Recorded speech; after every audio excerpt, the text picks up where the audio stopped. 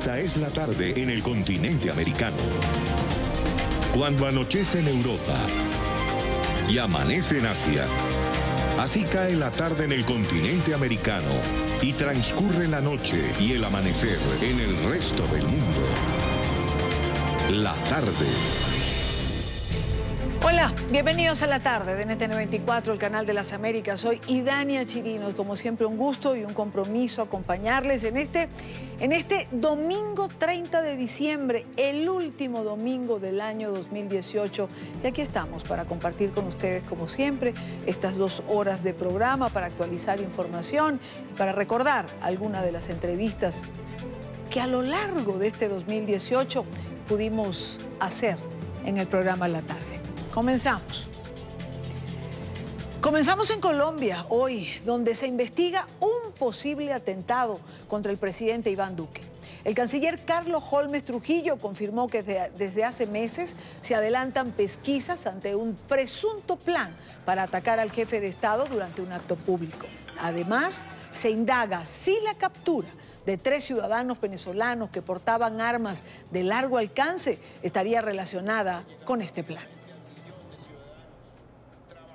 Gran solidaridad con el señor presidente de la República, doctor Iván Duque, con inmensa preocupación y con rechazo enérgico frente a posibles acciones contra su vida, me permito informarles que en efecto se está poniendo en conocimiento de la comunidad internacional que desde hace varios meses se adelantan investigaciones de inteligencia sobre posibles atentados contra la vida del presidente. A esto se suma la reciente captura de 3 ciudadanos venezolanos quienes se encontraron en posesión de armamento de guerra, lo cual incrementa aún más las inquietudes que han tenido las autoridades en esta materia. Frente a este hecho preocupante, debo agradecer la actitud de agencias homólogas de las autoridades del Estado de otras naciones para contribuir a preservar la integridad del señor primer mandatario de la nación. Y de igual manera, es bueno rogar a nuestros connacionales a que informen sobre cualquier hecho que pueda dar cuenta de eventuales atentados y acciones contra la vida del señor presidente de la República. Este era el mensaje que ayer colgaba en sus redes el canciller de Colombia, Carlos Holmes Trujillo. Desde Venezuela, el régimen ha respondido. Ayer, el canciller Jorge Arreaza pidió a Colombia la información sobre los 3 venezolanos capturados y vinculados a las investigaciones del atentado que se estaría planificando en contra del presidente Duque. Hoy, de nuevo, y a través de la cuenta de Twitter, el canciller Arreaza aseguró que están dispuestos a ofrecer apoyo para adelantar las investigaciones pertinentes, aunque el Ministerio de Relaciones Exteriores en Bogotá no les ha suministrado los datos. La propuesta llegó a través del canciller venezolano Jorge Arreaza, quien dijo que su gobierno está dispuesto a cooperar en la investigación. A partir de la denuncia del canciller de Colombia, Carlos Holmes Trujillo, hemos estado intentando contactarle para ofrecerle la cooperación policial y de inteligencia necesaria con el fin de investigar su denuncia sobre presuntos planes para atentar contra la vida de Iván Duque. Pidió información al gobierno colombiano sobre los capturados. Le solicitaremos a las autoridades colombianas la información que ha hecho pública el canciller Carlos Holmes Trujillo, referida a 3 ciudadanos venezolanos capturados, con la plena disposición de adelantar una rigurosa investigación. Jorge Arreaza insistió en obtener la información y aseguró que aún no ha podido comunicarse con el gobierno colombiano. Seguimos intentando comunicarnos con el canciller Carlos Holmes Trujillo, sin éxito hasta ahora. Si las autoridades colombianas tienen información fidedigna con valor probatorio, no deberían perder el tiempo en compartirlas. Ante denuncias tan graves, la oportunidad es clave. El canciller venezolano dijo que espera que la cooperación también sirva para que las autoridades colombianas ayuden en la investigación que se realiza en Caracas por la explosión de 2 drones ocurrida el 4 de agosto en una parada militar en la que estaba Nicolás Maduro. La revelación del canciller Carlos Holmes Trujillo ha generado preocupación. Esta tarde, el ministro de la Defensa colombiano reveló detalles de la investigación que vincula a 3 ciudadanos venezolanos capturados la pasada semana en la costa atlántica con el presunto plan para atentar contra el presidente colombiano Iván Duque. Vamos a Armenia, occidente de Colombia, con nuestra enviada especial Diana Coronado. Diana, muy buena tarde para ti. Hola, ¿qué tal? Muy buenas tardes. De la ciudad de Armenia, el ministro de Defensa, Guillermo Botero, acaba de entregar información sobre el presunto atentado contra el presidente Iván Duque. No descartó la vinculación de los 3 capturados venezolanos aquí en Colombia, pero aseguró que el presidente tenía información de inteligencia hacía 3 meses. Y a esto hay que sumar que en Barranquilla fue capturada una persona con una subametralladora, también venezolana, y con una granada. Estas personas presuntamente estaban viajando hacia Barranquilla.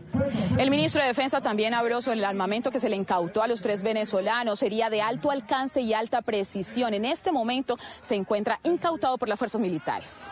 A esas personas se les encontraron 2 fusiles calibre 5.56 con 3 proveedores y un punto de mira delantero en ese fusil. Como usted comprenderá, pues no propiamente andaban jugando con ese armamento. Ese es un armamento de altísima precisión.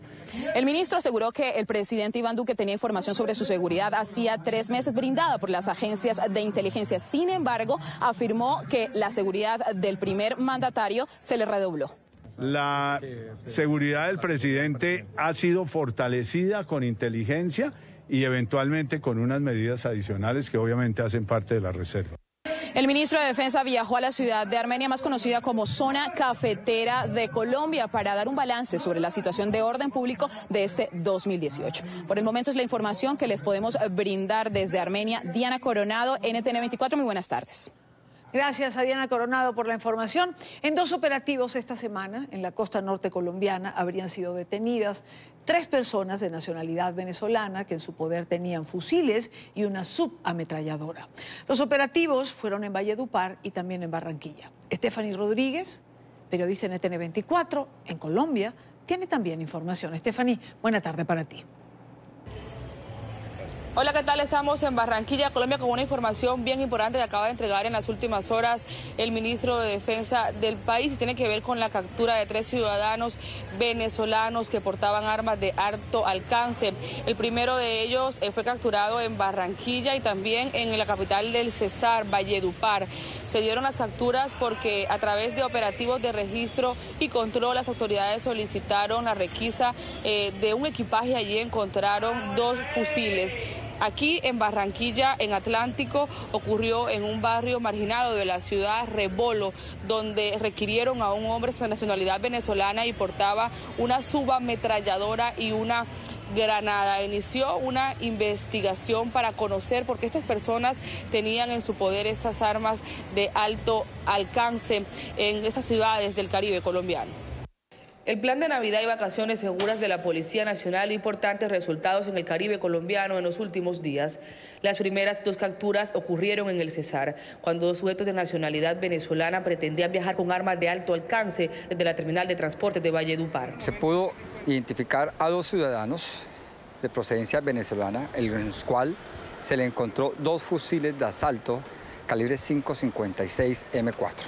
Los capturados, quienes se hacían pasar como pasajeros, pretendían llegar hasta Barranquilla con el armamento camuflado dentro de su equipaje. Muy posiblemente esos 2 fusiles iban a estar comprometidos o iban a ser partícipes de algún incidente mayor de trascendencia en esa ciudad. Mientras en Barranquilla la policía también atendió un caso similar. Un ciudadano de ese mismo país con antecedentes por extorsión y homicidio tenía en su poder en el barrio Rebolo una subametralladora. Una persona de 35 años, sexo masculino, el cual llevaba en su poder en el momento de la captura una subametralladora marca Uzi con 3 proveedores y 38 cartuchos. Los operativos de registro y control continuarán al tiempo que inicia la investigación del Ministerio de Defensa para saber por qué esos hombres portaban este armamento. En Barranquilla van 45 capturados por diferentes delitos en esos últimos días del año por homicidio, extorsión y hurto. Desde Barranquilla, Colombia, les informó para NTN 24 Stephanie Rodríguez. A esta hora, cuando son las 3:10, hora de Colombia, hora de la costa este de los Estados Unidos, nos acompaña John Marulanda, consultor internacional de seguridad y defensa, coronel retirado del Ejército de Colombia. Coronel, bienvenido, gracias por acompañarnos como siempre. Y Dania, buenas tardes, muchas gracias por la invitación. Ante una información de esta trascendencia, como es un presunto atentado en contra del presidente Iván Duque, ¿cabe ¿cabe la acepción de información reservada? ¿No tendría que exponerse ante la opinión pública los detalles que se tengan? Y Dania, toca usted el punto sensible de todo esto. Primero déjeme decirle que estamos en un contexto regional muy complicado, en donde el generador de todas las expectativas y lo que va a pasar es Venezuela, por la situación que sobra decirle es un poco dramática. En segundo lugar, en Colombia tenemos una avalancha de venezolanos que por razones humanitarias están abandonando el país, pero dentro de ellos están llegando una gran cantidad de delincuentes, y usted sabe cómo las macrobandas delincuenciales en Venezuela operan, de modo que no es de extrañar que en Colombia veamos índices que crecen de venezolanos participando en actos delictuales. En consecuencia, tampoco es extraño que venezolanos sean capturados con diferente tipo de armamento. Pero en tercer lugar, creo que hay que dar un voto de confianza a las agencias de inteligencia que están diciendo que la captura de estos venezolanos con estas armas, que son armas de guerra, armas de largo alcance y armas de alguna manera sofisticadas, nos están diciendo que forman parte de un posible, ellos no han dicho efectivamente que sea así, pero de un posible atentado en contra del presidente Duque. Y ellos tendrán sus razones y sus motivos para decirlo. Que nosotros no lo sepamos no quiere decir de que no exista detrás de esto o todo un proceso de inteligencia, de investigación, de registro, de comparación y demás, para soltar esta información en un momento tan crítico para Colombia y Venezuela y para la región. Un voto de confianza. Además, coronel, en este contexto tan complicado para Colombia, para las relaciones colombo-venezolanas, para la región, como usted señala, ¿qué sentido tendría, y permítame usar el término, un falso positivo en relación a un atentado en contra del presidente Duque? Y uso el término porque en redes sociales hay quien lo ha señalado. ¿Qué interés pudiera tener el gobierno de Colombia, dada la circunstancia, en hacer un anuncio de este tipo? De no ser cierto, o de no tener indicios que llevaran a él. Sí, esto puede ser, de alguna manera, en este juego geoestratégico que se está jugando en este momento, en este ajedrez geopolítico que se está jugando en la región, podemos esperar muchas cosas. Fintas, engaños, buscando siempre que los actores principales queden de una u otra manera mal ante la opinión pública, por mentiroso, por exagerado, por lo que sea. Entonces, en ese juego hay que rescatar varias cosas. Lo primero es de que a raíz de este incidente hemos oído por enésima vez al canciller venezolano Reaza quejándose y aprovechando este incidente para decir: nosotros podemos ayudar, pero es que desde Colombia no me responde. El canciller Holmes no me pasa el teléfono. Esta es como la sexta vez que yo lo oigo decir eso. De modo que Venezuela, primero con eso demuestra que realmente está angustiada, se siente acorralada, y Colombia, que es uno de los principales países que estaría en el avance de una cuarentena en contra de Venezuela, pues a ellos les interesaría mucho establecer algún canal de comunicación formal, frente a lo cual el presidente Duque ha mantenido una posición firme, ¿no es cierto? Pero hay otros elementos que están jugando ahí. Fíjese usted que Netanyahu anda jurándole amor eterno a Bolsonaro, que toma posición dentro de pocas horas, y es muy importante porque Venezuela es la sede extraterritorial más grande en el mundo de Hezbollah, apoyado por Irán, enemigo irreconciliable de Israel. Carlos, pero por otro lado dile tenemos a Teresa a la que OEA. me lea un minuto, porfa. Sí, por otro lado tenemos a la OEA diciendo que ya va a llamar, mientras le lee la Carta de Derechos a Nicaragua, le está diciendo a Venezuela: voy a convocar aquí por la crisis humanitaria. Duque insiste en llevar ante la Corte Penal Internacional a Maduro. Desde el 13 de diciembre tenemos un equipo de técnicos rusos revisando todas las armas del ejército, la armada y la aviación militar que le vendieron a Venezuela en estos últimos 12 años. Están actualizándolos, revisando todo eso. Y Cuba le acaba de decir, de acuerdo a las informaciones procedentes de Venezuela, le acaba de decir a Venezuela: mire, no se meta con Guyana, porque porque 2 barcos de la Armada venezolana detuvieron barcos exploratorios de ExxonMobil ahí en la zona que está en litigio del Esequibo Urebo con este país, y los de Guyana chillaron. Inmediatamente todas las naciones del Caribe se fueron en contra de Venezuela. Entonces la situación es bastante compleja y podemos esperar muchas cosas que nos dejen desconcertados, que no tengan una explicación muy clara por falta de información. Claro. Pero que van a suceder. Claro, varias cosas, coronel, después de escucharlo. La primera, el presidente Duque ha hecho una diferencia en relación a la posición con Venezuela y hablando geopolíticamente a nivel de la región. La posición del presidente Duque frente al régimen de Nicolás Maduro hace un peso distinto al que veníamos teniendo? Sí. Evidentemente la posición de Colombia en este momento con el gobierno de Duque marca una diferencia frente a todo lo anterior.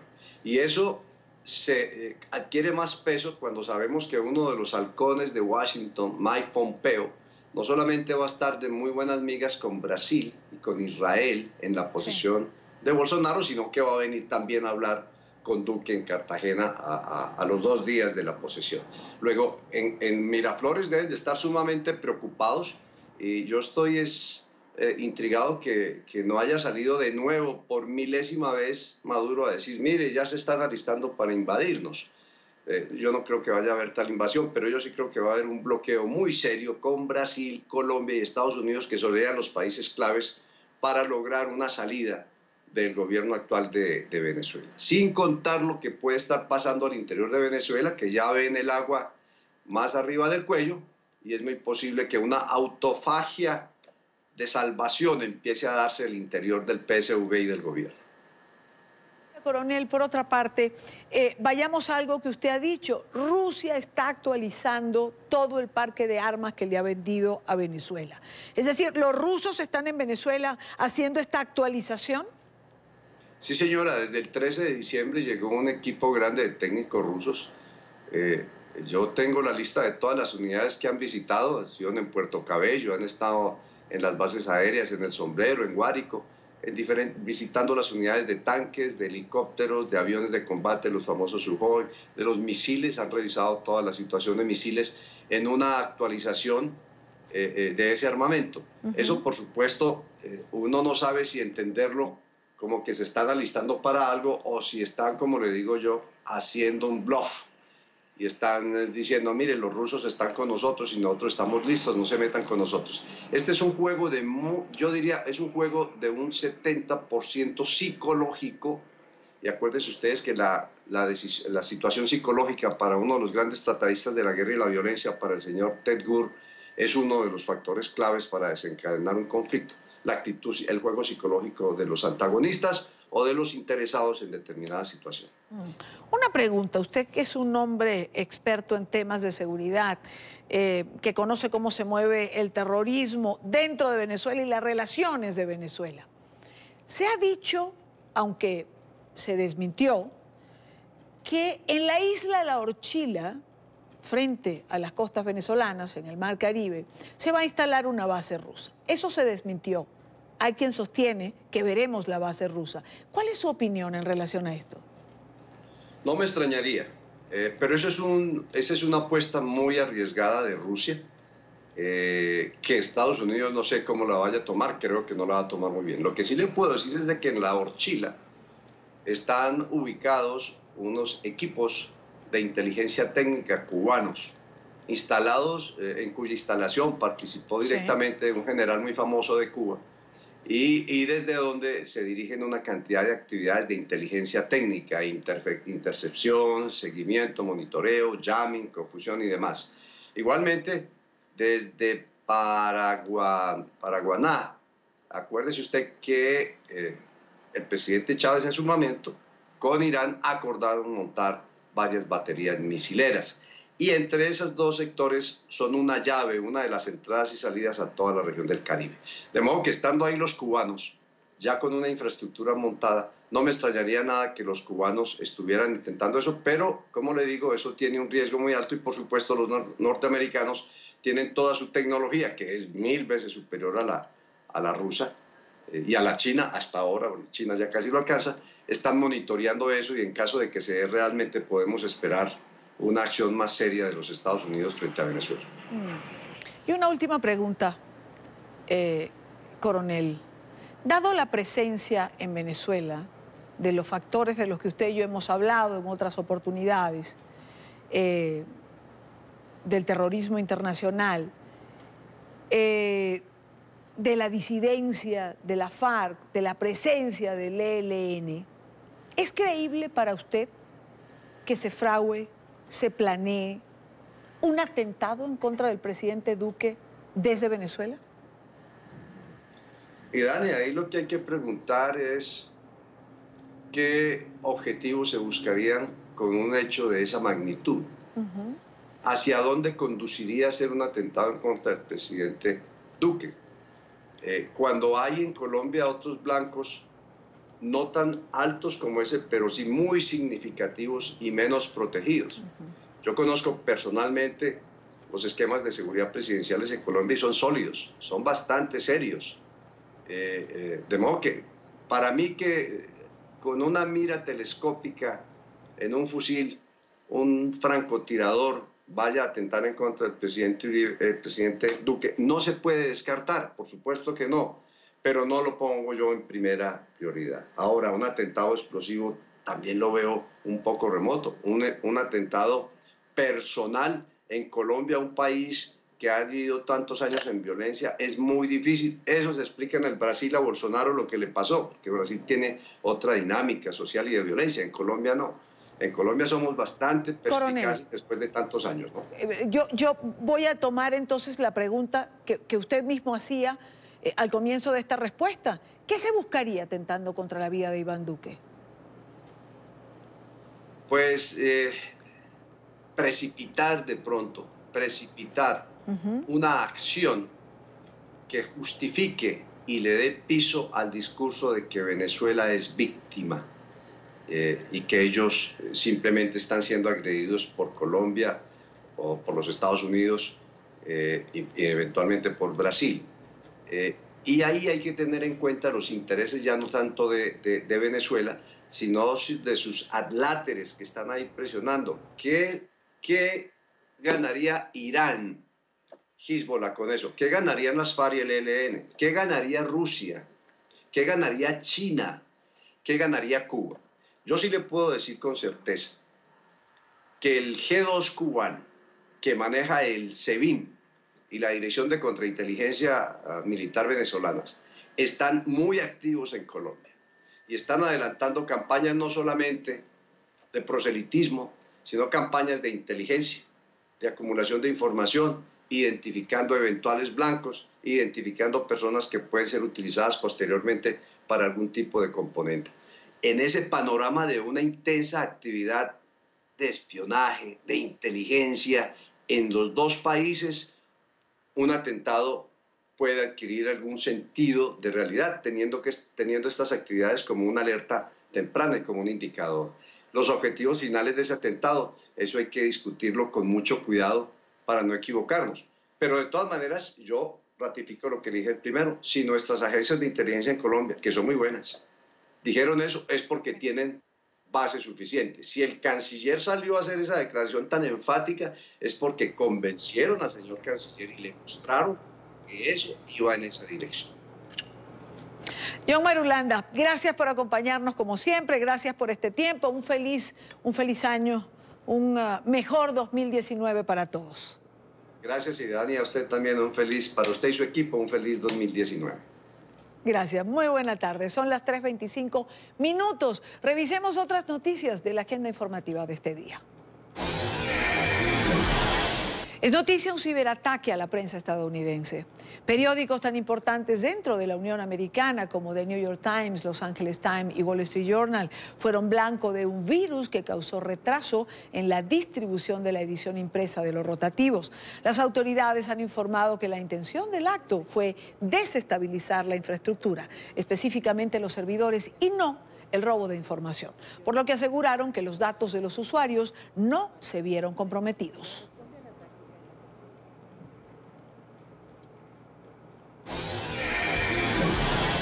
Es noticia la intensa tormenta invernal que azota el centro, sur, este y medio oeste de los Estados Unidos y que se ha cobrado hasta ahora la vida de al menos 7 personas.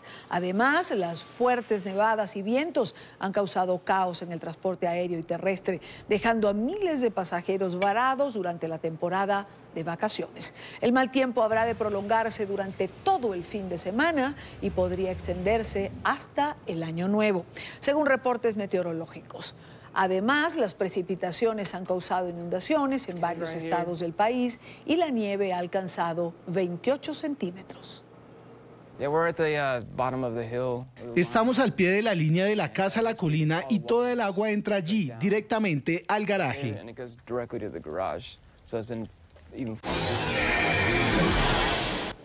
Es noticia otra tormenta, la que afectó a la ciudad y a la provincia de Buenos Aires en Argentina. La furia de los fuertes vientos durante la madrugada causaron importantes destrozos. Hubo caídas de árboles en Palermo, en Villa del Parque y también en Chacarita, entre otros barrios porteños. En algunos casos los árboles se desplomaron y destrozaron vehículos. El viento además derribó una antena gigante que aplastó la parte delantera de un automóvil a metros del estadio del equipo de fútbol Independiente.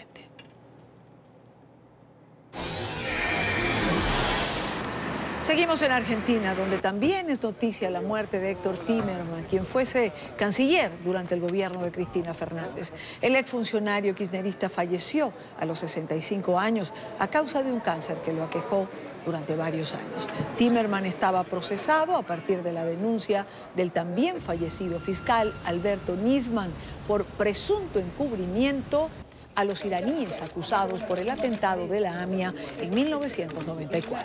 La última declaración por el caso fue el pasado 13 de julio en su domicilio por su delicado estado de salud. En esa ocasión negó que hubiera participado en una reunión secreta en Alepo, en Siria, como parte de la negociación y del memorando, y dijo que a Estados Unidos y a Israel les conviene que la causa no avance. Es cierto que Brasil va a contar con 2. Es noticia el inicio del trámite para aplicar la Carta Democrática de la OEA a Nicaragua. Costa Rica, que ejerce la presidencia del Consejo Permanente de esta organización, de la Organización de Estados Americanos, ha confirmado que el secretario general Luis Almagro envió una nota solicitando tal activación. El pasado jueves, recordemos, el secretario general Luis Almagro anunció durante una sesión extraordinaria el inicio de este proceso, que abre la puerta a la suspensión de Nicaragua dentro de este organismo. La iniciativa tiene el respaldo de 5 países: Argentina, Colombia, Chile, Estados Unidos y también el Perú. Para aprobar la suspensión, la mayor forma de sanción que tiene la OEA a alguno de sus miembros, son necesarios 24 votos, es decir, 2/3 de los 34 países que son miembros activos. Desde el exterior, nicaragüenses en el exilio esperan que llegue a concretarse esta propuesta. Todo Nicaragua lo pide y es urgente esto. Ya la represión en Nicaragua no se aguanta. Esto es demasiado ya, esto rebalsó el vaso ya. A esta hora nos acompaña Violeta Granera, es candidata a la vicepresidencia de Nicaragua, dirigente opositora. Señora Granera, bienvenida, muy buena tarde para usted. Muchas gracias a ustedes, siempre agradecidos de el interés que ponen desde hace mucho tiempo NTN 24 a lo que está viviendo el pueblo de Nicaragua. Muchas gracias, señora. Gracias a usted por estar aquí. ¿Qué significa, señora Granera, para Nicaragua el inicio de este proceso, la apertura de esta posibilidad de que pueda implementarse la Carta Democrática Interamericana?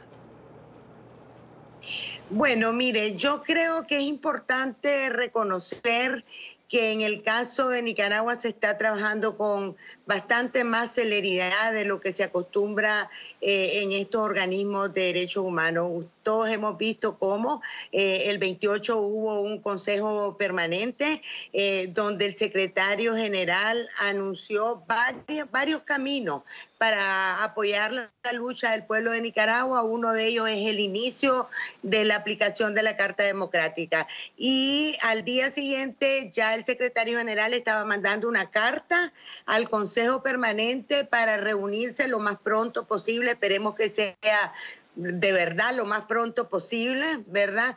En la que se va a diseñar la única gestión diplomática, la última que pueda quedar para que Ortega entienda que no puede seguir violentando el orden institucional, el orden constitucional y cometiendo crímenes de lesa humanidad. Y luego de una última gestión, regresa el Consejo Permanente, hace un llamado a una sesión extraordinaria de cancilleres y ahí, conforme a ese informe que dé el Consejo, se va a decidir si se aplica de inmediato la Carta Democrática a Nicaragua, al gobierno. ¿No sorprende, señora Granera, que sean solo 5 países de los 34 miembros activos de la OEA los que apoyen esta iniciativa de la Carta Democrática, es decir, Argentina, Chile, Estados Unidos, Colombia y Perú? Bueno, sí, digamos, estos son los 5 países que han estado más beligerantes y quiero hacer un reconocimiento al gobierno y al pueblo de Colombia, que ha estado siempre desde el principio al lado del pueblo de Nicaragua y que han impulsado la conformación del grupo de trabajo, que son 12 países que también están, digamos, dándole seguimiento cercano al caso de Nicaragua. Es cierto que quisiéramos tener a los 24 países que necesitamos para la aplicación de la Carta Democrática tan beligerantes como esto. No es el caso, pero sí notamos que hay una disminución grande del respaldo a Ortega. En esta última sesión, ya países que tradicionalmente habían defendido al régimen de Ortega guardaron silencio o tuvieron una posición bastante moderada. Yo quiero decir sobre esto que estamos recibiendo los resabios de un bloque del ALBA que había hecho una gran influencia, había tenido una gran influencia en la OEA y que había protegido, se habían protegido a estos gobiernos de los petrodólares y de toda la corrupción que ya sabemos que existe. Sin embargo, esto se está acabando. Ya hay islas caribeñas que ya no están respaldando y países que también solo están quedando con Venezuela prácticamente y Bolivia a media. Y antes de terminar esto quisiera decir que esto muestra que no estamos frente a una lucha ideológica, sino una lucha para defender a un pueblo que, como el de Venezuela igualmente, está siendo víctima de crímenes de lesa humanidad, como lo han consignado y confirmado los organismos internacionales de derechos humanos y en el último caso el informe del GA, que es una herramienta muy valiosa para poner fin a esta tragedia. ¿Es tibia la diplomacia en la defensa de los valores democráticos, por no decir que en algún momento puede llegar a ser fría? Es decir, ¿es un poco lenta? Quizás no tan rápida como lo dictan la necesidad de los pueblos, por ejemplo, los que usted menciona, Venezuela y Nicaragua. Sí, yo coincido con usted en que definitivamente los tiempos de la diplomacia no son los tiempos de los pueblos, de las necesidades de los pueblos. Por eso es que los países que están luchando por la libertad no pueden atenerse únicamente a las gestiones diplomáticas. La gran responsabilidad, la primera responsabilidad recae en nosotros, en los que estamos dentro de los países luchando con regímenes tan brutales como es el caso del régimen de Ortega. Y ciertamente hay una línea de trabajo que es muy importante y que consiste precisamente en empujar a través de las gestiones, denuncia, de la presión nacional, pero también a nivel internacional, lo que está pasando en el país. Yo creo que Nicaragua y Venezuela, estos dos países, van a hacer repensar realmente cómo están, cuáles son las funciones y cómo están conformados estos organismos internacionales, porque ciertamente, aunque están haciendo una contribución, se necesita demasiada tragedia y demasiado dolor para que logremos que se nos preste atención y que se nos apoye a los pueblos a defender derechos tan básicos como es el derecho a la vida en ambos casos. Y en el caso de Nicaragua ya sabemos que ha sido pues una masacre terrible la que estamos y que continuamos viviendo dentro de Nicaragua. En otro orden de ideas, señora Granera, ¿qué se sabe de los periodistas Lucía Pineda y Miguel Mora de 100% Noticias, secuestrados hace ya más de 8 días desde sus instalaciones, desde las instalaciones del medio por el régimen sandinista? Entendemos que hasta ahora su familia no ha podido verlos. En el caso de Lucía no se le permite ni siquiera que le lleven una frazada o alguna ropa, nada. Sí, efectivamente, como estamos viendo aquí en Nicaragua, en esta cuarta etapa de represión, uno de los focos han sido los medios de comunicación de una manera brutal. Fíjese usted que todavía no hemos podido ver a Lucía Pineda, a Miguel Mora lo llevaron a esos juicios, a esas payasadas que ellos montan, que no dejan ni siquiera que los abogados, que los organismos de derechos humanos ponen a su orden, los acompañen. Sabemos que Miguel Mora fue golpeado porque él mismo se lo dijo a uno de los abogados de un organismo de derechos humanos. Lucía Pineda no la hemos podido ver a la fecha. Sabemos que fue llevada a los juzgados, pero no se permitió ni siquiera tomar fotos de ella. Estamos sumamente preocupados por estos dos casos y también por los casi 600 prisioneros políticos, hombres y mujeres que hay desde hace ya 8 o 9 meses. Y por eso le decía yo que estas emergencias, cuando se implantan estos regímenes que son tan insensibles a los mínimos derechos humanos, los organismos internacionales tienen que considerar el sentido de urgencia, que significa para la gente que está en estos países el estar bajo la presión, la amenaza, la intimidación, el secuestro, los procesos ilegales y una gran cantidad de exiliados también que han tenido que salir huyendo para proteger su vida. Señora Granera, no quiero despedirla sin preguntarle por alguien en particular. ¿Cree usted que el régimen de Daniel Ortega termine deteniendo o involucrando a Monseñor Silvio Báez en algún tipo de acción que conlleve la pérdida de su libertad? Creo que es abierto opositor a la violación de los derechos humanos y sostiene posiciones muy claras, muy firmes. Por ejemplo, en su homilía de ayer decía esto: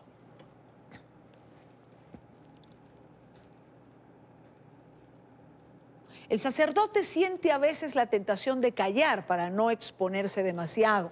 Experimenta temor y debilidad, pero no debe olvidar que el Señor ha puesto sus palabras en su boca y que su alegría más profunda es arriesgarse por llevar la palabra a los demás. Es la homilía de Monseñor Silvio Báez el día de ayer. ¿Cree usted, señora Granera, que el régimen vaya contra él en algún momento? Sí, bueno, yo le voy a decir, aquí en Nicaragua nadie está seguro.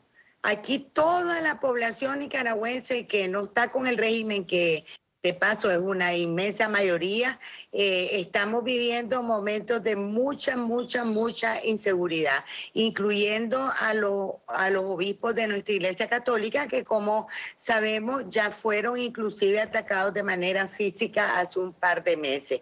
Monseñor Báez es una voz muy firme, clara, muy profética, que ha acompañado al pueblo de Nicaragua junto con el resto de obispos de la Conferencia Episcopal, pero que ha recibido un gran cariño, una gran empatía de parte de todo el pueblo de Nicaragua, y obviamente eso ha provocado que sea poco de intimidación, amenaza y en alguna ocasión, como acabo de decir, hasta de una agresión física. Nosotros esperamos que el régimen de Ortega no llegue a ese extremo, pero no podemos asegurar que no lo va a hacer. Cada día decimos esto no es posible y sucede porque Ortega ya no tiene ningún límite ético, pasó todas las barreras. Por eso es que está entrampado realmente y nos tiene entrampado a todo el país, porque es un hombre que ha cometido, junto con su gobierno dictatorial, crímenes de lesa humanidad. Así es que cosas se puede esperar. Todos estamos tratando de guardarnos, de protegernos los unos a los otros, sin dejar de movilizarnos. En estos momentos acabo de recibir información de que Monseñor Silvio Báez está celebrando una misa en una parroquia de Managua, así es que aquí nadie está desactivado, todo el mundo está tomando precauciones, pero seguimos haciendo lo que tenemos que hacer. Así es, quiero agradecer a Violeta Granera, ex candidata a la vicepresidencia de Nicaragua, dirigente opositora. Señora Granera, gracias por acompañarnos, gracias por haber estado aquí. Muchísimas gracias igualmente para Colombia, un pueblo que ha sido tan solidario y con el que estamos sumamente agradecidos con el gobierno y el pueblo de Colombia. Muchas gracias. A usted nuevamente. Hacemos la primera pausa en la tarde. Recuerde seguir nuestras cuentas en Twitter, se las dejamos en pantalla, los leemos en tiempo real y usted tiene información en tiempo real. Hacemos una breve pausa y al regreso, los abogados en Estados Unidos se quejan del proceso lento al que tienen que verse sometidos las personas que hacen solicitud de asilo. Esto y más al volver. Quédese con nosotros este domingo. Ya venimos. Ya regresamos con La Tarde Fin de Semana.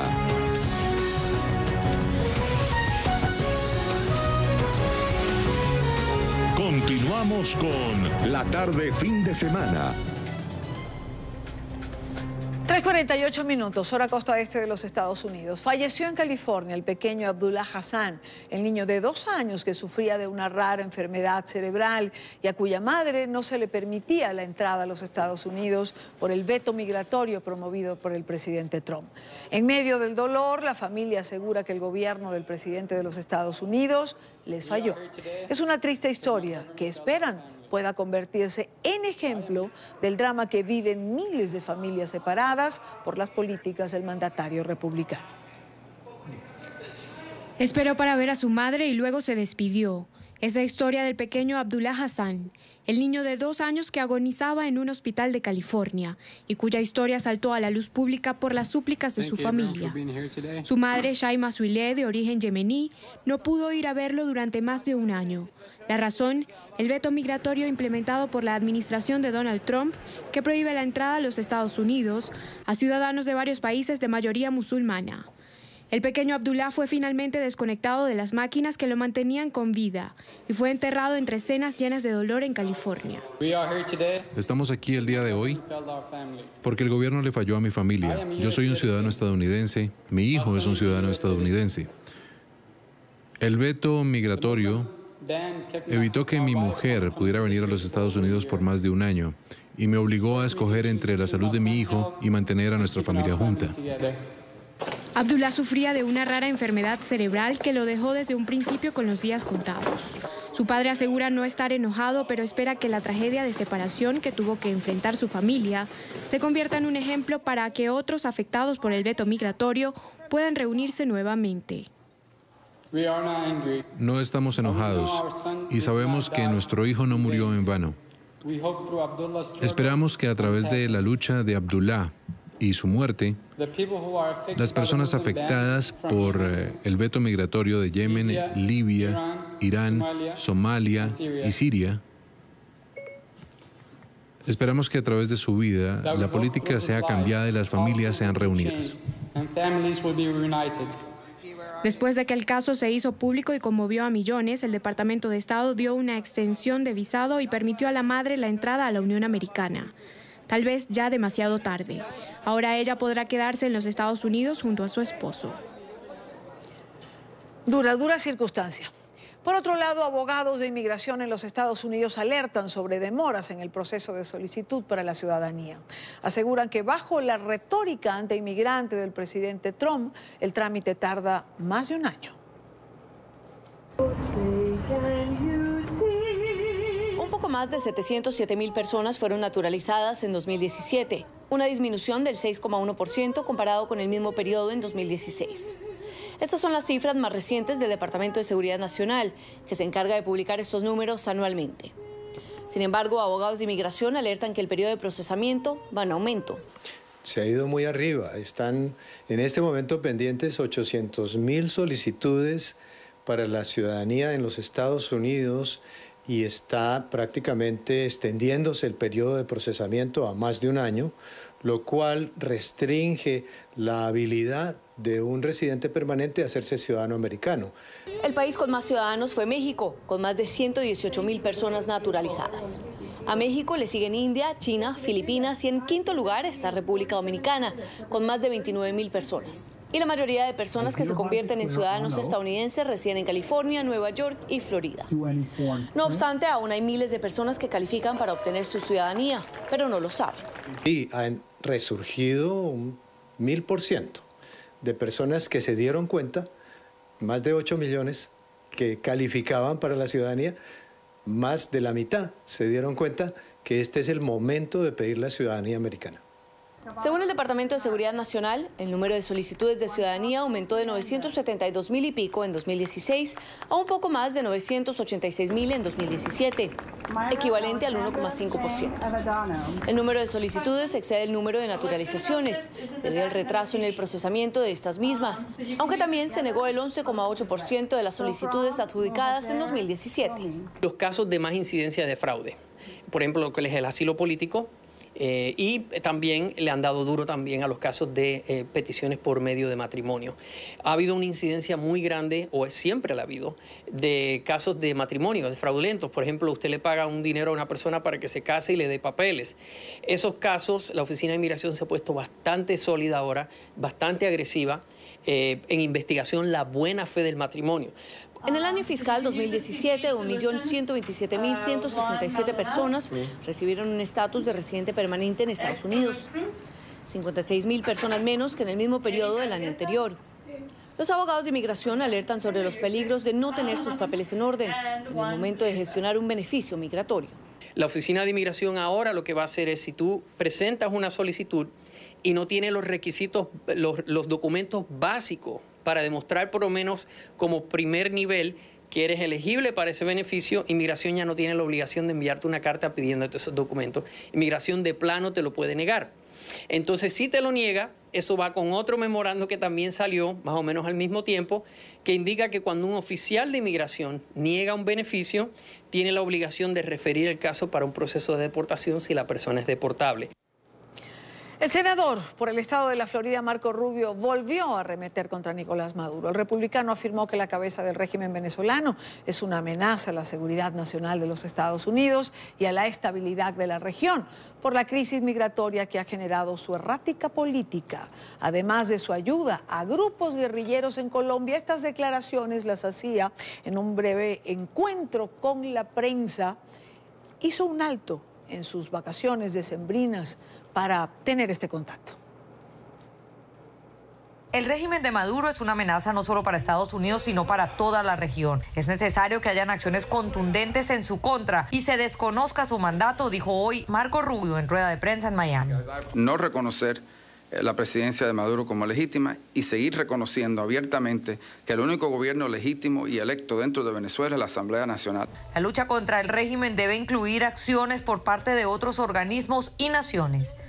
Pero yo creo que tomar liderazgo en formar una respuesta internacional y especialmente regional, trabajando con el nuevo presidente de Brasil, con Colombia, con Chile, con Argentina, con otros países de la región, para enfrentar esta amenaza, es para mí lo que se puede hacer este año para ayudar a las personas dentro de Venezuela, seguir presionando el régimen y, si Dios quiere, traer un cambio. El senador también habló sobre Nicaragua y una reciente carta que fue enviada a la OEA para que se reconozca un informe especial realizado por una comisión de la CIDH sobre la violación de derechos humanos y los crímenes de lesa humanidad que se están cometiendo en el país centroamericano. Lo que no podemos permitir es que las personas responsables por violar los derechos humanos, anular la democracia, abusar de un pueblo, que esas personas estén viviendo una vida de multimillonarios con el dinero que se están robando del pueblo de esos países. Y es lo que hemos buscado hacer a través de una serie de acciones que ha tomado la administración y que van a seguir tomando contra individuos que rodean, apoyan y ayudan a Ortega y a Murillo a llevar a cabo este tipo de actividad y seguir presionando a través de ese nivel. Sobre la posibilidad de un estatus de protección temporal para los venezolanos, el senador aseguró que debe pasarse nuevamente esta propuesta el próximo año ante el Senado. Sin embargo, fue enfático en reiterar que es bastante compleja esta posibilidad, ya que aún se encuentran intentando que sean renovados otros TPS para países como Haití y Nicaragua. La información desde Miami, soy Paola Serna para NTN 24. Vamos a una pausa en la tarde de este domingo 30 de diciembre de 2018. Falta escasamente 24 horas para que termine el 2018 y demos la bienvenida al 2019. Quédese con nosotros. Al regreso quiero compartir con ustedes un especial de nuestra cadena aliada, La Voz de América, sobre los migrantes venezolanos y que ellos han titulado En Busca de la Esperanza.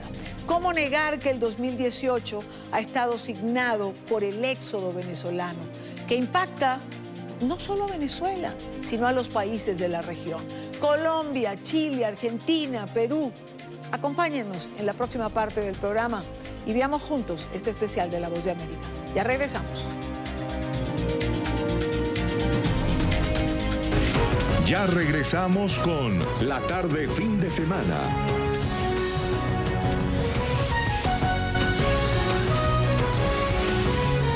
Continuamos con La Tarde Fin de Semana.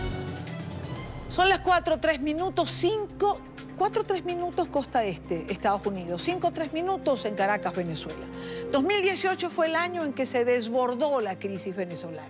Un número todavía incontable de personas tuvieron que enfrentar una larga travesía por varios países de América Latina.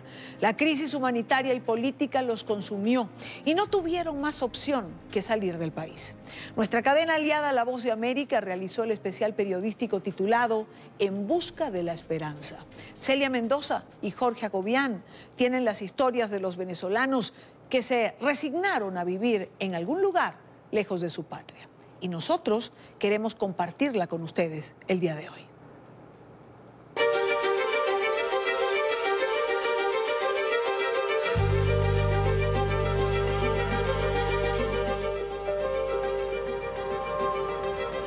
El 2018 pasó a la historia como el año en que la crisis venezolana rebasó las fronteras del país. No miles, sino millones de venezolanos decidieron lanzarse al vacío tratando de encontrar una mejor vida con oportunidades lejos de su hogar. A lo largo y ancho del continente, los periodistas de La Voz de América documentamos la crisis de inmigración y en este especial quien les habla, Celia Mendoza. Y Jorge Agobián, frontera tras frontera, recorremos los pasos de la crisis que marcó nuestra agenda informativa en 2018, en busca de la esperanza. Comenzamos este recorrido en busca de la esperanza en la frontera que más tránsito de inmigrantes venezolanos ha registrado, Cúcuta, Colombia. Allí se sintieron las primeras manifestaciones de la crisis de migración. Buenas. Mía Salomé nació en el Hospital Universitario Erasmo Meós en Cúcuta, Colombia. A 36 semanas de gestación, su madre, Yasmín Cibulo, inició su proceso de parto en San Antonio del Táchira, Venezuela, donde esperó por horas, pero no recibió atención oportuna. Y es muy lamentable, es muy lamentable. Es lamentable que uno no pueda recibir la atención. Fíjate, gracias a Dios, como te digo, agarradita de Dios. Mi Dios me la protegió, espero el momento preciso para poder nacer. Según Yasmín Cibulo, el hospital en San Antonio no tenía incubadora y la remitieron a San Cristóbal, aún en Venezuela. Pero en medio de sus dolores y la angustia por el inminente parto, decidió cruzar la frontera colombo-venezolana. Y apenas entré a la puerta del hospital Erasmo Meós, de una vez reventé fuente y la tuve aquí en el pasillo de una vez. Porque ya venía, ya no aguantaba más. ¿Verdad, mi amor? Sí. Este nacimiento fue considerado un milagro. Sin embargo, no todas las madres venezolanas reciben la misma atención, como lo explicó a La Voz de América Yoselis Cañas, quien a los 7 meses de su embarazo recibió ayuda prenatal en el Hospital Universitario Erasmo Meós en Cúcuta, pero ya había perdido a su primer bebé en Venezuela. Cuando mi hijo se murió, en el hospital a donde a mí me recibieron, eso fue una porquería porque no había un oxígeno para colocarle a un niño que necesitaba. Eso es feo. O sea, al niño lo dejaron, pues no hay oxígeno, tocó ir a otro y ya cuando llegamos era muy tarde. Las deficiencias del sistema de salud en Maracaibo, Venezuela, tampoco permitieron prever el desarrollo prenatal de su primer bebé. El bebé tenía problemas en el corazón y problemitas respiratorios, pero durante el embarazo nunca se dieron cuenta. O sea, todo pasó en cuestión de días y cuando fue así ya era muy tarde. Me encuentro en la sala de urgencias del Hospital Universitario Erasmo Meós en la ciudad de Cúcuta, donde por los últimos meses ha llegado un gran número de venezolanos. Esto después de que el presidente de Colombia, Juan Manuel Santos, autorizara que fueran atendidos en estos centros de salud. El gobierno nacional, en un decreto que emitió en mayo, se encarga ahora del pago de la atención a estos ciudadanos que están llegando a nuestro hospital. En contacto diario con la situación que enfrenta el cuerpo médico, Juan Agustín Ramírez Montoya, gerente del Hospital Universitario, alerta que el fenómeno está creciendo y el país necesita estar preparado para una llegada masiva de venezolanos con todo lo que ello implica. No me parece loca la idea de alguien que propuso que ya debería haber un campo de refugiados como lo hay en los países donde hay guerra tipo Siria, para recibir en un momento determinado masivamente una población que pudiera desplazarse. Nosotros deberíamos ya estar preparados para esa contingencia. Y ante esta posibilidad, asegura, duda que el país esté preparado. Nosotros tenemos una infraestructura grande como hospital. Tenemos un número grande de camas en el servicio de urgencias, pero no estamos preparados para una avalancha de pacientes que nos colapsarían en cualquier momento. Jorge, en los desesperados llamados de las autoridades locales se hizo evidente la gravedad de la situación, pero muy pocos previeron lo que se venía. Así es, Celia, y tras esta primera hora fueron muchos más quienes en medio del desespero decidieron partir en busca de la esperanza. Así llamamos de hecho a nuestra serie especial en la que compilamos las historias de venezolanos que por bus llegaron hasta el sur del continente. Así es la historia de vida que documentamos con Julio Guarinam. Muchas veces me tocaba decir que ella había comido para que mi mujer y mis hijas pudieran comer. Y pues sencillamente tomé la decisión, agarré mi maleta con lo poco que pude y salí. La historia de Julio Guarinam no es aislada. Dramas similares han llevado a más de 2.3 millones de venezolanos en los últimos años a dejar lo más importante en su vida, su familia. Las extraño demasiado. Y dar un salto al vacío en busca de la esperanza.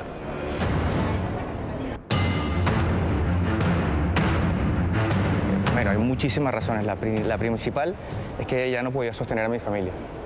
ya no podía darles de comer. En medio de un callejón sin salida en su país, decidió emprender un camino sin saber que en los siguientes 18 días, cada kilómetro recorrido le enseñaría la dimensión del sacrificio que decidió hacer por sus hijas y su esposa. Me monté en un colectivo hasta la frontera con Colombia. ¿Colombiano o venezolano? Crucé la frontera caminando y de ahí, pues ahí empezó toda una travesía. Y el último colectivo que iba a salir, el señor me dice, ¿a dónde es que vas tú? Me dice, bueno, yo voy para Argentina, pero yo no tengo dinero. Y el señor me dice, bueno, yo te puedo dar un aventón, no tienes problema en viajar acá conmigo. Y me vine con ellos en la cabina adelante, sentados con ellos, charlando con ellos. Y me dejaron en la frontera con Ecuador. En el puente internacional de Rumichaca, que marca la frontera entre Colombia y Ecuador, se ha contabilizado la entrada de 500.000 de venezolanos desde principios de 2018. Pero Julio tenía claro que este no era su destino final, aun cuando seguía aguantando hambre. Entonces, bueno, le dijo al otro chofer y así conseguí seguir de Ecuador hasta Perú. Llegué con los camiones a Lima. Me conseguí a un venezolano y me dice, ¿qué tienes? Me dice, no, nada. ¿Comiste? Me dice, no, tengo varios días que no como. ¿Te quieres ganar unos soles? Le digo, claro, por supuesto.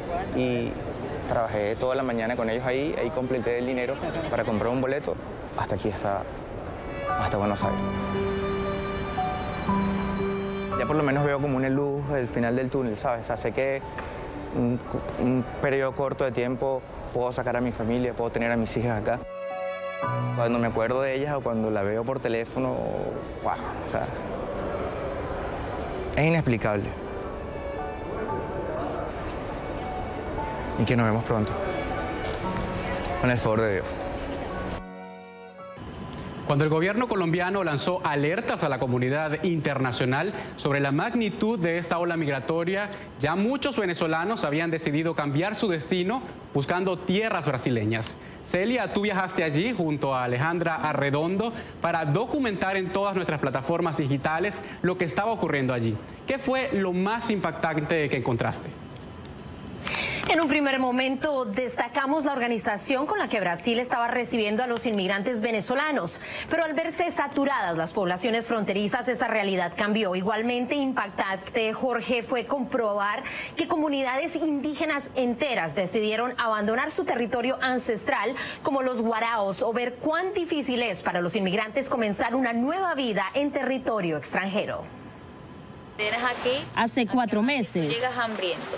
Tú llegas, te quieres comer todo. Cargada con más que ilusiones, la venezolana Ana Karina Aires y su pareja salieron de Barcelona, en Venezuela, con destino Brasil. Yo me vine con mi esposo allá. Me vine embarazada, yo con casi 8 meses, por la situación de él, que en Venezuela no podía estar ya a tener un hijo. Allá en Venezuela era imposible, pues, para educarlo, para criarlo y para darle lo que necesitaba. Aunque menos difíciles, de todas formas, la situación para inmigrantes como ellos tampoco son fáciles en un país extraño. Aquí no vamos a decir que estamos bien, porque realmente no lo estamos, o sea, bien porque no se consigue trabajo. No nos podemos bañar bien porque no tenemos un espacio para bañarnos, para lavar no podemos lavar bien. Debido a los cientos de miles de venezolanos que han llegado a lugares como Boavista, muchos de ellos se han visto forzados a vivir en estas condiciones, ya que no hay suficientes espacios en los refugios para acomodarlos a todos. Entonces, tenemos como 10% de nuestra población aumentada con la llegada de los inmigrantes. Explicó en conversación con La Voz de América Frederico Linares, secretario de la Gobernación de Roraima. Según su testimonio, también los fondos para educación y otros servicios básicos son limitados. Por ello, el Estado de Roraima ha ingresado con una acción judicial en el Supremo Tribunal Federal para que obligar al gobierno federal a compartir los costos financieros de la crisis venezolana, algo en torno de 200 millones de reales. Lo que equivale a 50 millones de dólares que, según Linares, ayudaría a solventar esta crisis concentrada en su estado. Allí ya existen por lo menos 12 refugios que ya no pueden recibir a más inmigrantes. Además, ya se registra una epidemia de sarampión y un creciente nivel de desempleo. A la espera de que otros estados asuman parte de la carga, venezolanos como Alberto y Nima esperan forjar un futuro en Brasil. Aquí vine y lamentablemente me toca pasar un poco de trabajo, pero aún así no me arrepiento de haber venido porque vengo con fe de que voy a seguir adelante.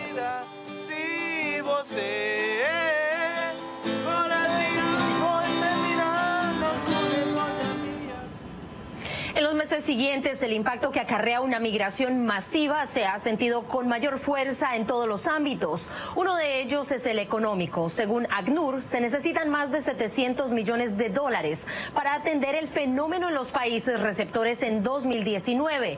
Pero en el plano personal, Jorge, tú también conociste conmovedores testimonios de lo que enfrentan los migrantes al abandonar su país.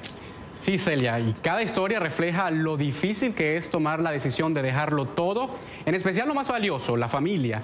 El testimonio de Joseph Herrera, un venezolano que ante la encrucijada que vivió decidió emigrar a Chile en busca de la esperanza, encierra las dificultades que muchos, quienes ahora forman parte de esta diáspora, han tenido que enfrentar. Es imposible, o sea, viajar de país en país así, cruzar frontera autobús en autobús, lo veía imposible. Joseph Herrera viajó 9 días para llegar a su destino en busca de la esperanza. Razones no le faltaron para hacer la travesía. Sí, me robaron todo cuando mi hija tenía meses de nacido y teníamos previsto tanto ropa y pañales por larga temporada y en realidad nos robaron todo y solamente nos dejaron las paredes de la casa. Fue en ese momento cuando decidió emprender el viaje que lo llevó inicialmente desde Maracay, en Venezuela, hasta Santa Elena de Guairén, en la frontera con Brasil. Decía que el sacrificio del viaje iba a ser por el bien de mi esposa y de mi hija. Cruzó todo Brasil en compañía de 4 personas, a quienes contactó a través de grupos en las redes sociales. Ellos también habían salido desde Venezuela con el mismo objetivo. Ya al llegar a Bolivia, el grupo sumaba más de 10 personas. Sus historias generaron más compañía, que se manifestó también en forma de ayuda. Hubo una señora en Bolivia, en la frontera de dólares. Y nosotros, para no salirnos del presupuesto, dijimos, no señora, no se preocupe, nosotros vamos a dormir en una plaza.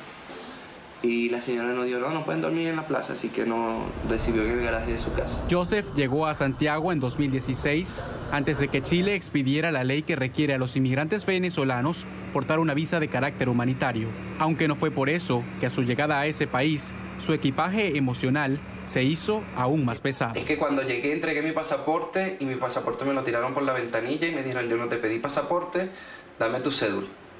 Me pidieron la cédula y cuando entrego mi cédula, lo que hicieron fue reírse porque decían, ¿esto es una cédula o una estampilla de una virgen?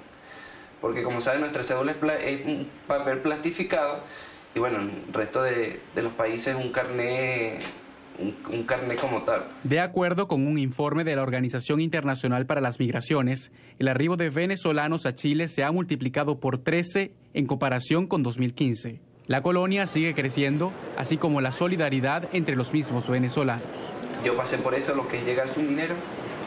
Aquí a Chile, llegar sin que nadie te reciba, sin conocer a nadie, pero me he motivado en que las personas que yo conozca no pasen por lo mismo.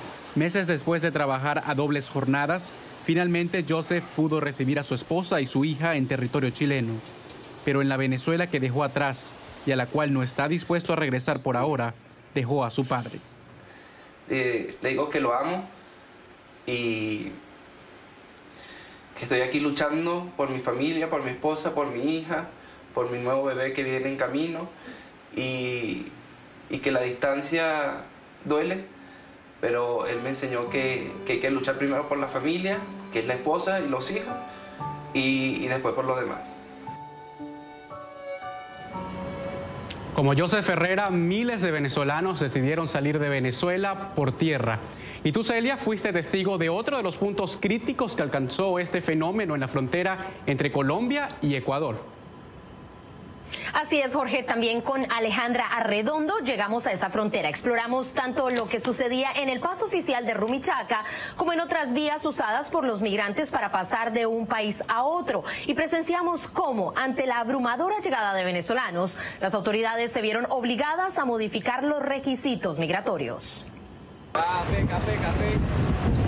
Vendiendo café en la frontera colombo-ecuatoriana, pasó su cumpleaños Marco Camacaro, lejos de sus hijas de 11 y 12 años, quienes siguen viviendo en Barquisimeto. Este venezolano llegó hace 8 días a Ipiales, en territorio colombiano, con el objetivo de cruzar a Ecuador y llegar a Perú. Su esperanza, conseguir recursos para que sus niñas tengan alimentos en su mesa. Es duro, todos los días. Uno come algo y piensa en su familia. ¿Qué están comiendo ellos allá? Sí, hay sentimiento de culpa. Él piensa que su sacrificio es necesario, pero tras 1 año y medio de vida en Arauca, Colombia, este sentimiento creció al trasladarse aún más lejos de su familia al llegar a Ipiales, pues allí también aumentó la incertidumbre sobre su futuro estatus migratorio. No pude pasar a Ecuador por motivo de lo que es la carta andina y el porque no tengo el pasaporte, porque en Venezuela no lo están entregando. Ya tengo 2 años y medio esperando por el pasaporte. Lugares como estos hoy están vacíos después de meses durante los cuales miles de venezolanos dormían en colchones con sus pertenencias esperando entrar a Ecuador. Sin embargo, el panorama cambió radicalmente después de que el presidente de Ecuador, Lenín Moreno, implementara una medida que exige la presentación de pasaportes para poder entrar al territorio ecuatoriano. Por los puntos oficiales ya no se ve mayor flujo de ingreso de venezolanos. Pero esta no es la única entrada posible, le contó a La Voz de América Juan Carlos Flores, habitante de la zona fronteriza. Al no tener el pasaporte, pues obviamente pasan por los pasos clandestinos, la frontera, donde hay poco control policial, poco control migratorio. Y la idea de ellos es pasar, como de lugar, pasar la frontera. Flores agregó que la presión por parte de las comunidades locales, quienes rechazan el ingreso masivo de venezolanos al territorio de su país, se ha incrementado y no por falta de solidaridad. Detrás de sus manifestaciones que presionan la implementación de medidas que controlen la masiva inmigración de venezolanos, existe otra razón. Lo primero que pues cuando le reciben a las personas trata de brindarle su granito de arena, su ayuda, o sea, es lo primero, pero dado el caso que se ha visto que también ha venido mucha delincuencia, o sea, la gente también ya de a poco se empieza a negar y le empieza a tomar repudio. Esta situación ha obligado a algunos venezolanos a retornar, pero la mayoría decide insistir en la búsqueda de otros caminos, como Marco Camacaro. Lejos de los suyos, prefiere arriesgarlo todo para sacar adelante a quienes dejó atrás. En cada una de nuestras coberturas, frontera tras frontera, fuimos más allá de las cifras que dimensionan la magnitud de la crisis humanitaria que ha generado la masiva migración de venezolanos. Pero no quisimos perder de perspectiva el drama que existe detrás de cada vida involucrada en el fenómeno. Como decimos en el argot periodístico, pusimos rostros reales a los retos que enfrentan los migrantes y en algunos casos seguimos sus caminos hacia sus nuevos destinos. Uno sale de Venezuela obligado, no sale porque uno quiere, ¿no? Con ese sentimiento, Humberto Urdaneta salió de su tierra natal. El pasado 31 de julio dejó a su esposa en Venezuela, a sus padres y lo que era su vida hasta ese momento. Su travesía en ruta a Buenos Aires, Argentina, inició en Turmero, estado Aragua. Cada frontera era como un nuevo reto, ¿no? Como que pasar aquí. Le contó a La Voz de América este venezolano, a quien hemos seguido desde el momento en el que le habían negado su entrada a Ecuador el pasado 23 de agosto. Humberto, ¿qué pasó ahí con inmigración? Me están informando los oficiales de Ecuador que tengo que tener más de 6 meses de vigencia para poder entrar y yo no voy a entrar, o sea, yo no me voy a quedar en Ecuador, yo tengo mis papeles aportados para Argentina y voy para Argentina. La implementación de un corredor humanitario, medida tomada por Ecuador en ese preciso instante debido a la magnitud de la crisis por el número de venezolanos que rogaban por ese permiso, le permitió milagrosamente continuar su travesía. El corredor humanitario fue para mí una experiencia bien difícil, porque nos sentíamos así como tipo campos de concentración. En buses sin aire acondicionado y con vigilancia por un sistema estricto de control de personas, habían sido abordados por las autoridades antes de llegar a Perú. De allí cruzó a Chile para ingresar tras más de una semana, al que se propuso como su destino final, Argentina. Gracias a Dios, un grupo de venezolanos que teníamos pasaporte, pudimos pasar Perú sin problemas y hasta llegar a Chile en mi caso. En un 208% ha aumentado este año el ingreso de venezolanos a ese país en comparación con el 2017, según las autoridades. A pesar del impacto de la crisis, Urdaneta asegura no hay conciencia real entre los países receptores de lo que vive a diario el pueblo venezolano. Muchos no se imaginan la situación que está viviendo Venezuela. Entonces, cuando yo le cuento los problemas del transporte, que la gente se monta en camiones de plataforma con barandas, en volteos, que no hay transporte, que no hay comida, muchos no tienen la noción de lo que está pasando en Venezuela. Es algo que me he dado cuenta desde que llegué aquí. Aunque agradece al país donde han renacido sus esperanzas y sueños, Humberto, como la mayoría de quienes han seguido sus pasos, saben que siempre será diferente vivir en una tierra foránea y lejos de lo suyo. Y es difícil pues sentir que uno está por fuera y que ellos quedan en esa situación de la que uno está huyendo. Y está saliendo es por eso, por evitarse esa situación, y ver que ellos se queden allá es bastante difícil, muy, muy difícil. Llegar a otro país como inmigrante representa para casi todos un renacimiento. Algunos deben comenzar de cero, incluso nuevas profesiones u oficios. Algunos de ellos explotan también sus talentos naturales y a ello recurrió Reymar Perdomo. En nuestra serie En Busca de la Esperanza la encontramos en Lima, Perú. Esta inmigrante nos contó entre notas y melodías su travesía como la elegida por la familia para poder salvarlos.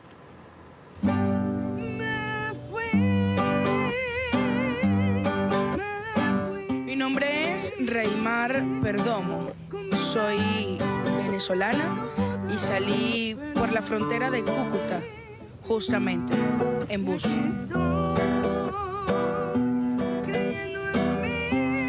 Yo soy artista, estuve en un canal de televisión muy importante de mi país y a pesar de eso, la crisis me agobió, me arropó y no hubo forma. Cada familia tiene un elegido.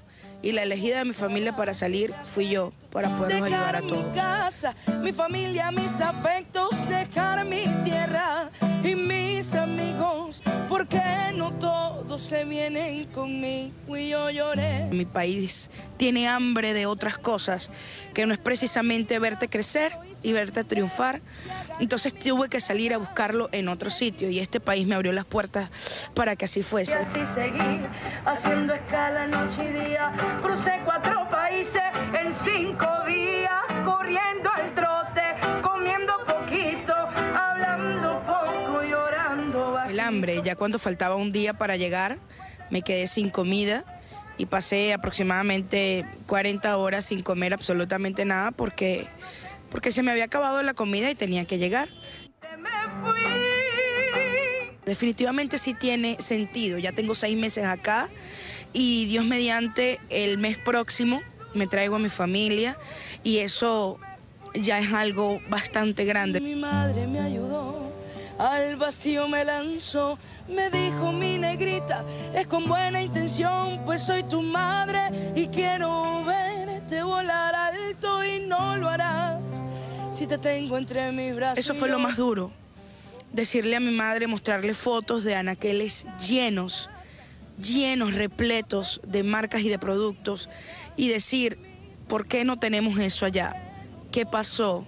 ¿En qué momento se perdió la Venezuela próspera y productiva? No sé si por ahora, no sé si para siempre, no sé si esto es poquito, para mí fue suficiente. Tengas la posición social que tengas en Venezuela, aquí se comienza en la calle vendiendo caramelos, montándose en los buses, cantando, haciendo cosas de abajo, ganándote un sol para poder comer. Y eso es una gran enseñanza que nos llevamos. Todos los venezolanos que estamos acá estamos aprendiendo y vamos a volver a Venezuela con un aprendizaje real porque estamos entendiendo de qué se trata la vida realmente.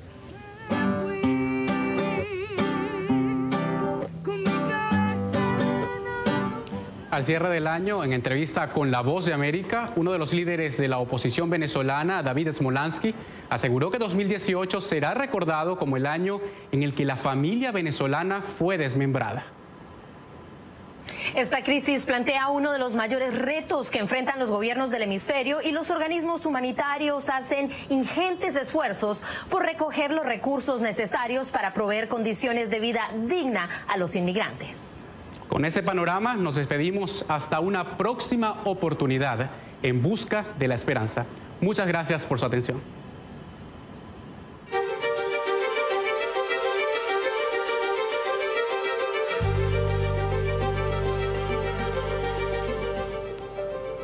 En busca de la esperanza, ese es el título de este estupendo trabajo de nuestra cadena aliada La Voz de América, historias de la migración venezolana que quisimos compartir con ustedes. Y a propósito de la situación de los migrantes en este 2018, conversamos en varias oportunidades en el programa, en la tarde, con Christian Kruger, director de Migración Colombia. Por la cercanía, por la amplia frontera compartida entre estos dos países, Colombia se ha convertido en el primer destino de quienes huyen de la crisis venezolana. Algunos se quedan en territorio colombiano, otros siguen con rumbo a Perú, Argentina, Chile. Quiero compartir con ustedes nuestra última conversación con Christian Kruger. La sostuvimos el 19 de diciembre pasado, siempre interesante, siempre actual, siempre con datos que interesan a quienes han decidido migrar o a quienes están pensando hacerlo. Por eso repetimos esta, que fue una de nuestras mejores entrevistas del año. Bienvenido, gracias por acompañarnos. No, es un gusto estar contigo y con toda la audiencia de NTN 24. Señor Kruger, el último registro de la Oficina de Migración arroja la cifra de 1.102.000 venezolanos registrados en Colombia. ¿A qué corte corresponde esta cifra? ¿Es correcta? Sí, efectivamente se ha presentado un incremento importante. Recordemos que el corte anterior fue a 30 de septiembre, donde habíamos registrado un poco más de 1.030.000 hermanos venezolanos, y en el último corte que hicimos con fecha 30 de noviembre ya registramos más de 1.102.000 venezolanos en Colombia. Recordemos que de esa migración de destino, la migración que se quiere quedar en nuestro país, hay otros tipos migratorios que también se han venido incrementando: la migración de retorno, la migración pendular y la migración de tránsito. En el caso de la migración pendular, ¿qué cifras se están manejando? Ya que esta migración es cotidiana y es un flujo importante que viene y va.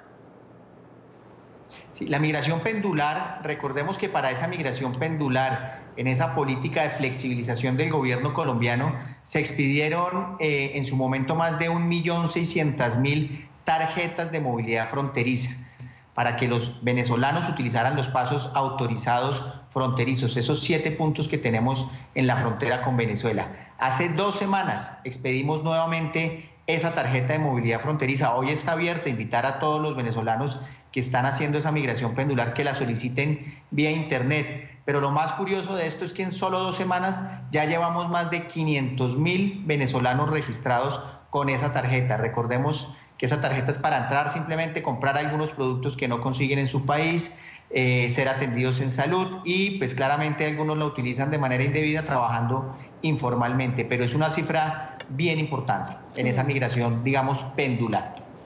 Volvamos al registro oficial, 1.102.000 venezolanos. ¿Cuál es la cifra no registrada que se calcula de venezolanos que pueden estar sin haber hecho ese registro? No, en esta cifra de 1.102.000 nosotros calculamos 3 factores para que la audiencia tenga claridad.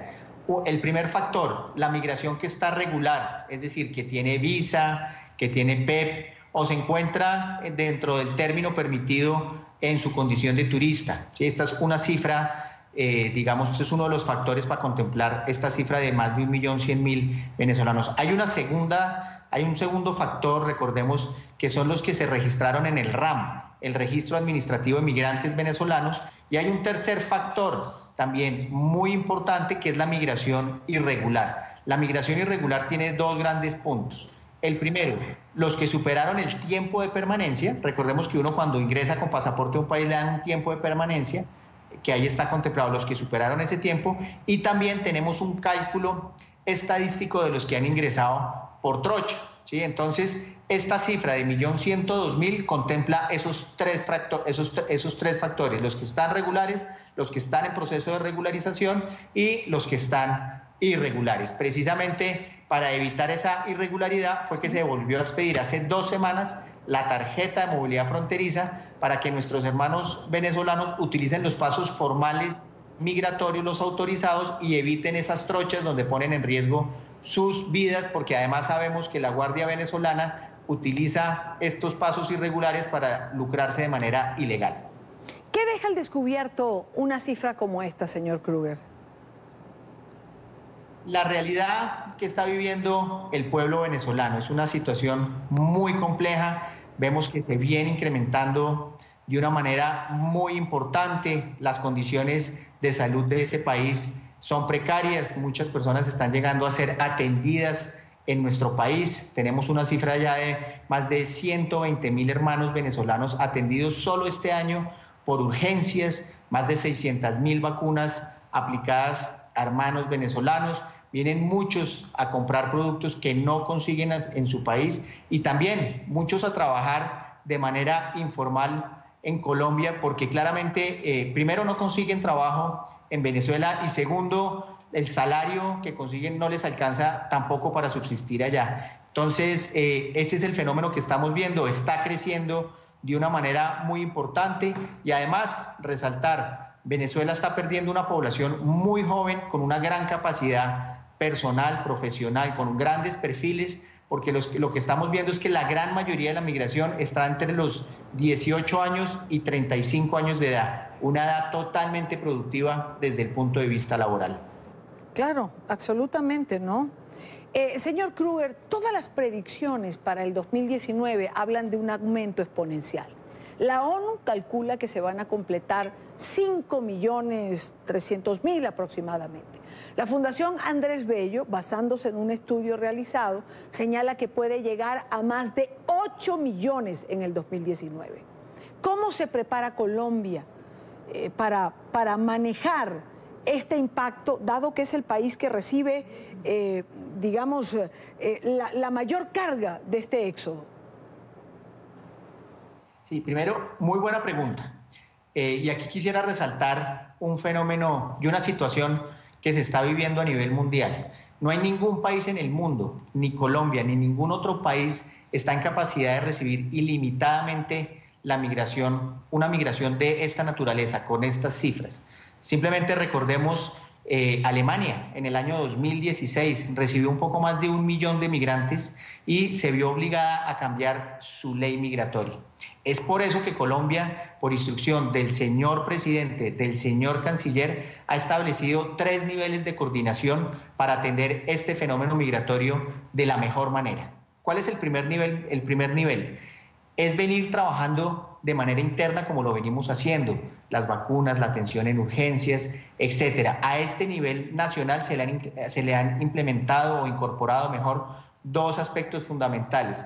Un documento COMPES, el documento COMPES 3950 del pasado 23 de noviembre. Para la audiencia y de pronto para quien no conoce, un documento COMPES contiene una política en determinada materia, en determinado sector. En este caso hay un documento COMPES que habla del sector salud, del sector trabajo, del sector educación, del sector seguridad, y estos temas los tiene este documento COMPES que ya se expidió. Es una línea de ruta que estamos aplicando a nivel gobierno.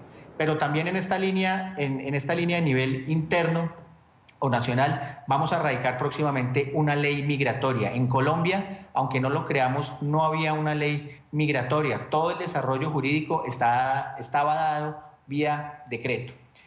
Un segundo nivel de coordinación, un nivel de coordinación regional. Yo creo que toda la audiencia, ustedes, han escuchado la declaración de Quito, el Grupo de Lima, las reuniones que se han hecho en diferentes instancias y en países vecinos. ¿Qué estamos buscando con esta instancia regional? Que los países receptores, Colombia es el principal país receptor, pero hoy en día también están recibiendo los ecuatorianos, los peruanos, los chilenos, los argentinos. Los países receptores tengan un mismo rasero, unos mismos principios para atender la migración desde Venezuela. Es decir, que las condiciones que se dan en Colombia sean las mismas en Ecuador y en Perú, en Chile, en Argentina. ¿Y cuál es la finalidad de esto? Que esas cifras de migración se distribuyan de manera equitativa entre los demás países receptores de la migración.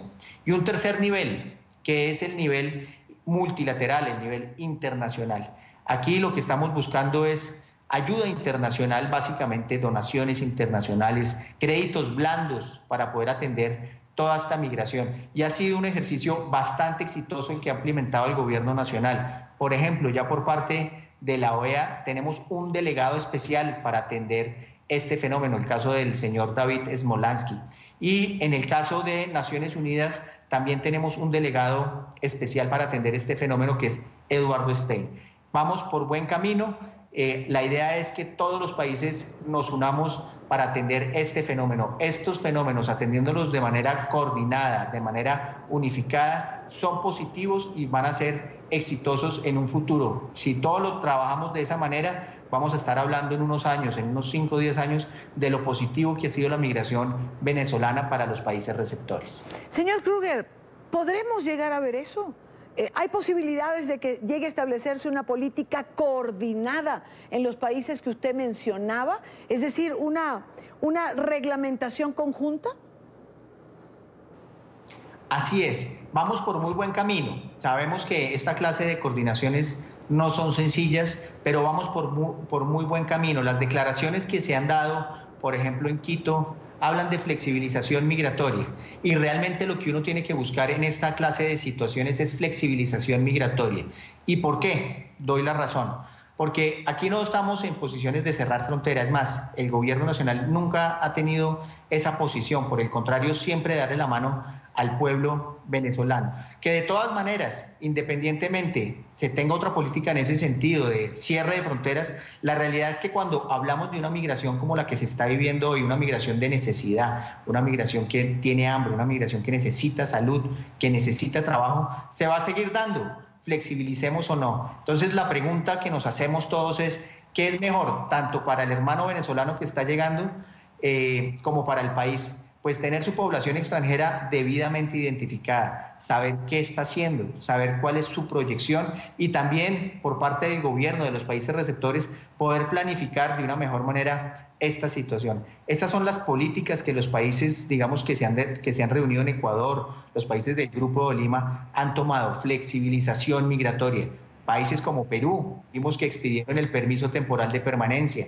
Varios países han venido flexibilizando sus normas precisamente para atraer de alguna manera y ordenar esta migración. Lo que queremos como autoridades migratorias, las de Colombia, las de los demás países, es ordenar y dar seguridad a todos estos procesos migratorios que se están dando, y existen toda la voluntad. Ya nos hemos reunido en varias oportunidades. Sí. No solamente en Ecuador, nos hemos reunido en Colombia, nos hemos reunido en Perú, en otros países, en Panamá, en otros países, precisamente para ponernos todos de acuerdo y tener una forma de organización de todo este fenómeno migratorio. Cristian Kruger, director de Migración Colombia, muchísimas gracias por estar en NTN 24. El gusto es mío siempre estar acompañándolos, y un especial saludo a toda la audiencia. Muchas gracias. Ya regresamos con La Tarde Fin de Semana.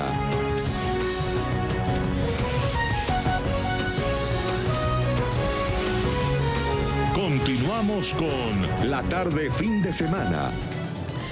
Se acerca el fin de año, son muchas las tradiciones alrededor del mundo. Una de ellas, la quema del año viejo. En muchos de nuestros países tienen un tinte político. Por ejemplo, en un acto simbólico para mostrar rechazo a las políticas migratorias de Donald Trump, la imagen del mandatario estadounidense será quemada en Tegucigalpa, la última noche de este 2018. La imagen del presidente de Estados Unidos, Donald Trump, será quemada en Tegucigalpa la última noche del 2018.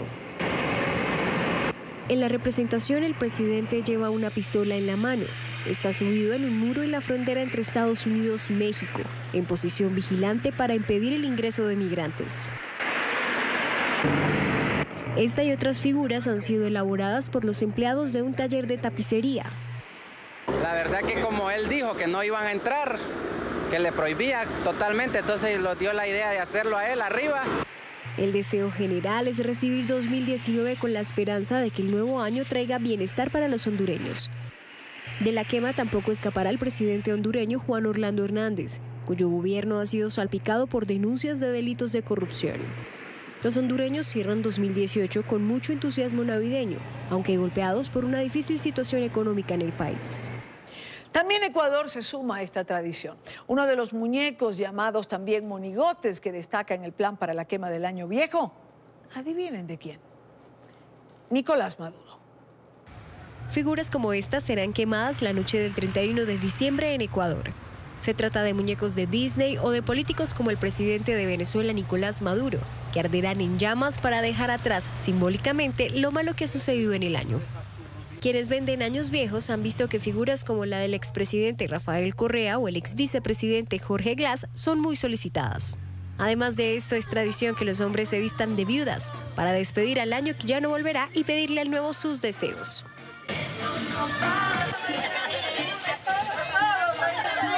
Para el fin de año en el país andino también es típico vestir ropa interior de color rojo, amarillo o verde. También lavarse las manos con champán. Todo ello tiene como objetivo celebrar una de las noches más mágicas del año en cualquier parte del mundo.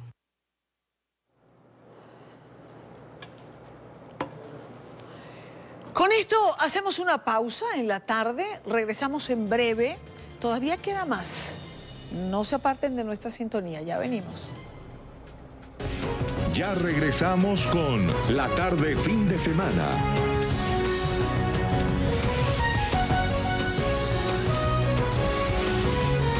Continuamos con La Tarde Fin de Semana.